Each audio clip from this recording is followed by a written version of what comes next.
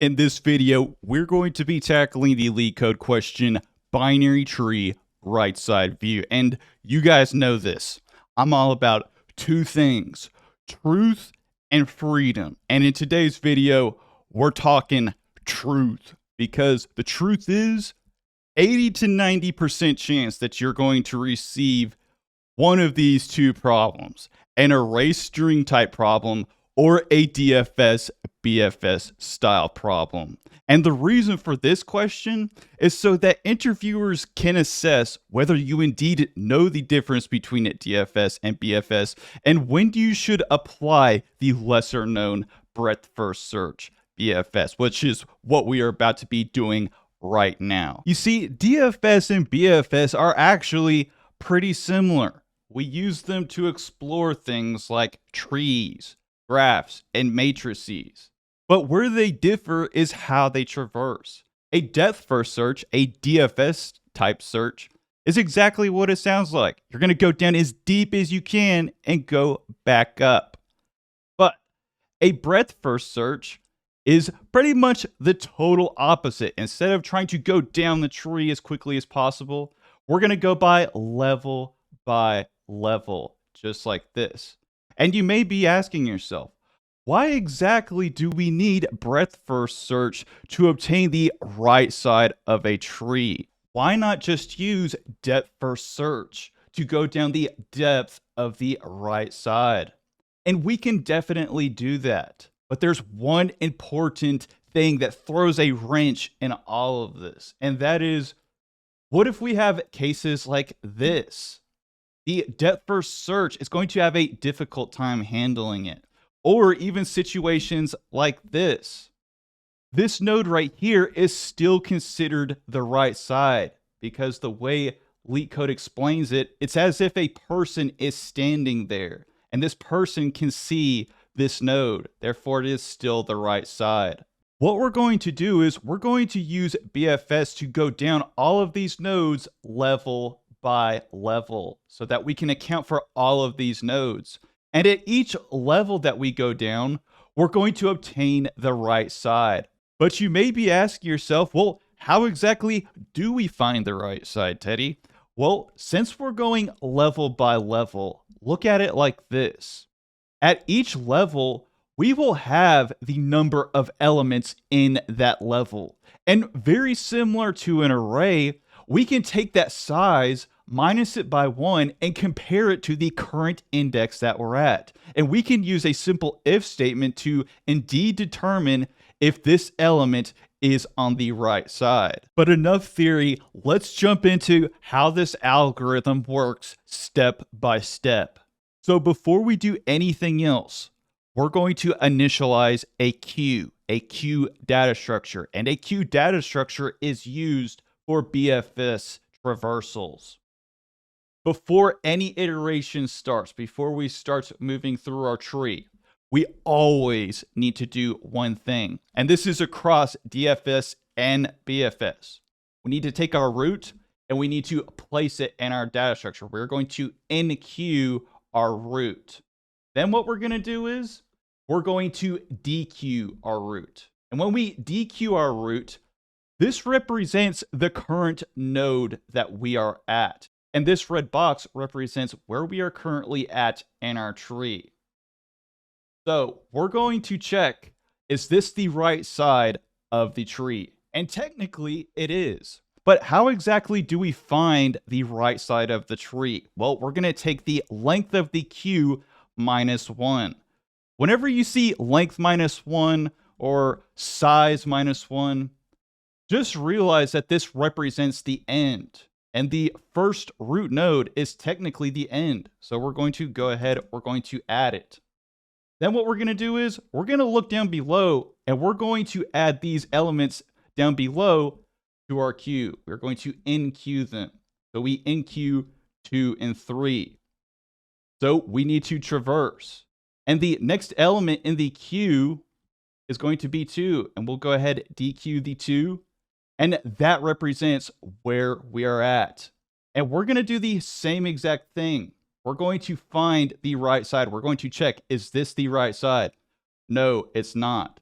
So what we're going to do is we're going to keep traversing, but we need to add our 5 before we do any more traversing. Then what we're going to do is we're going to dequeue the 3, and that now represents where we are at. And we're going to check, is this the right side? And it is. So we'll go ahead, add that to our list. And we'll go ahead, get rid of this. Then we're going to check down below. Do we have any elements down below? Yes, we have a 4. So we'll go ahead and add that to our queue. This process is going to repeat. We're going to go ahead, dequeue the 5. This represents where we are currently at. 5 is not the right side. Then we're going to do the exact same thing. We're going to dequeue the 4. 4 is indeed the right side.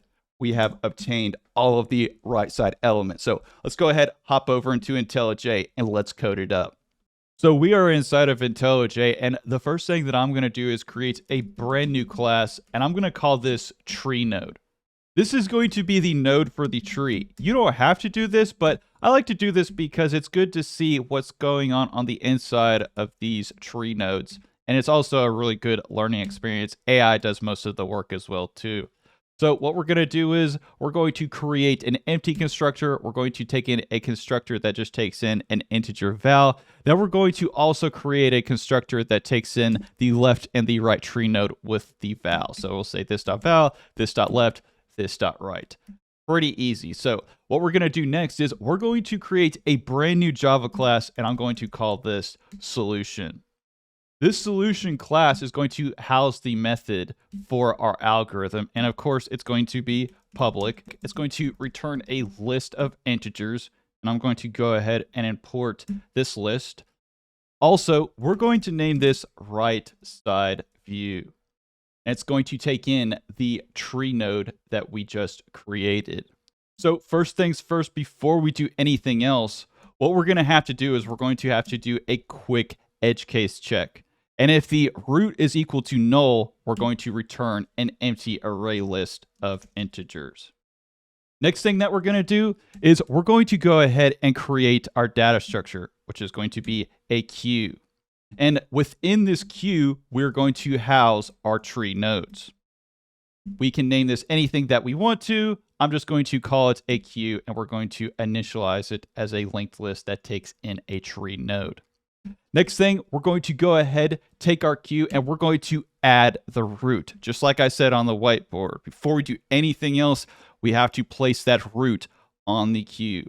Then what we're going to do is we're going to create a list that's going to house all of the integers for our result. I'm going to just call this results, and we're going to initialize it as a new array list. Now that we've gotten through all those boring data structures, what we're going to do next is we're going to create a while loop. And what this while loop is going to do is it's going to go floor by floor throughout the tree. How exactly is it going to do that though? Well, it's going to keep iterating as long as the queue is full. And if the queue is full, that means there's more floors to go through. And at each floor that we go to, we're going to get the size, the number of elements in each floor. And the way that we do that is we take queue.size. And for each floor that we go to, we're going to have individual elements. And this for loop is going to iterate through each one of those individual elements. But even though that we're iterating, we still need to dequeue elements. We still need to pull them off of the queue. And we do that with queue.pull. Next thing is we're going to check if each one of those nodes is actually a right side node. How exactly do we do that? Well, we obtain the number of elements within the quote unquote floor with the size. And all that we're going to do is we're going to take the size minus 1 and compare it to the element that we are currently at. And if the element that we're currently at is indeed on the right side, we're going to go ahead and add it to our result array list. And last but not least, before we continue processing subsequent floors, what we're going to do is we're going to add these nodes to the queue so that we can continue to process if they are there. But if they are not there, we're going to skip. So we'll go ahead, add the left, then the right. And finally, last but not least, once the while loop breaks, this is when we're going to return our result. That's pretty much it. So let's go ahead, copy this. Let's toss this into LeetCode and see what we get. So I'm going to go ahead, bring this over, Going to go ahead, toss the code into the editor. Let's go ahead, run our test, see what we get. Thank you, God. The test passed. Let's hit the submit button. Let's see how we look in terms of time complexity. Time complexity N. Memory is also N. Hope that you guys enjoyed this. If you did, make sure to smash that like button, smash that subscribe button, and as always, thank you for watching.